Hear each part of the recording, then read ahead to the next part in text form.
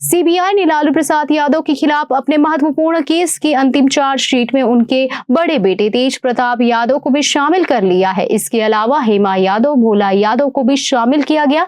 इन सभी पर भ्रष्टाचार निवारण अधिनियम के तहत आरोप लगाए गए हैं। केंद्रीय अन्वेषण ब्यूरो यानी सीबीआई ने पूर्व रेल मंत्री लालू प्रसाद और उनके परिवार के सदस्यों की कथित संलिप्तता वाले नौकरी के बदले जमीन घोटाले के सिलसिले में अपना अंतिम आरोप पत्र शुक्रवार को दाखिल कर दिया।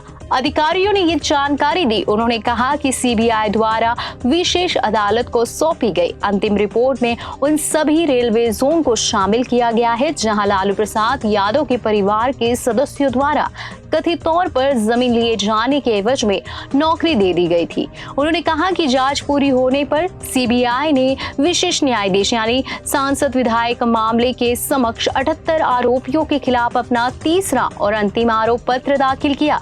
आरोपियों में लालू प्रसाद, उनकी पत्नी राबड़ी देवी और बेटे तेज प्रताप यादव, बेटी हेमा यादव और पूर्व ओएसडी भोला यादव और राजद प्रमुख के एक पूर्व कर्मचारी सदस्य शामिल है।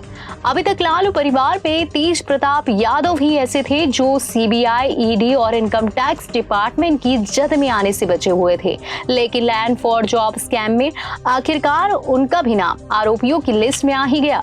सीबीआई ने अपनी आखिरी चार्जशीट में आरोपियों के खिलाफ आपराधिक षड्यंत्र के साथ साथ धोखाधड़ी और जालसाजी से संबंधित भारतीय दंड संहिता की धाराएं तथा भ्रष्टाचार निवारण अधिनियम के प्रावधान भी लगाए हैं। उन्होंने बताया कि आरोपियों में 29 रेलवे अधिकारी, 37 अभ्यर्थी और 6 अन्य निजी व्यक्ति शामिल है।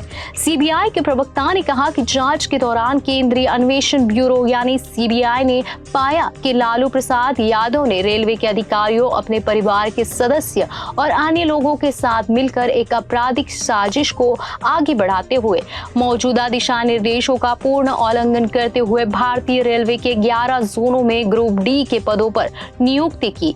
सीबीआई ने कहा कि ये कार्य उम्मीदवार द्वारा स्वयं या उसके परिवार के सदस्यों द्वारा भूमि हस्तांतरण के बदले में किया गया। उन्होंने बताया कि इन पदों के लिए पात्र बनने के लिए उम्मीदवारों ने फर्जी शैक्षणिक प्रमाण पत्र भी प्रस्तुत किए थे। प्रवक्ता ने एक बयान में कहा, रेलवे के विभिन्न जोनों में नियुक्ति किए गए अभ्यर्थी मुख्यतः उन जिलों में से थे जो लंबे समय से तत्कालीन केंद्रीय रेल मंत्री और उनके परिवार के सदस्यों के निर्वाचन क्षेत्र में थे।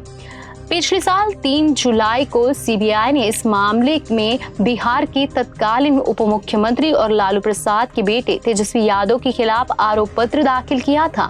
विशेष अदालत 6 जुलाई को इस रिपोर्ट पर विचार करेगी। इस संबंध में एक अधिकारी ने कहा, जांच के दौरान ये पाया गया कि आरोपियों ने रेलवे अधिकारियों के साथ साजिश रची और अपने या अपने करीबी रिश्तेदारों के नाम जमीन लेने के एवज में व्यक्तियों की भर्ती की। ये भूमि तत्कालीन सर्कल दर से कम कीमतों पर और बाजार दर से भी बहुत कम कीमतों पर हासिल की गई थी।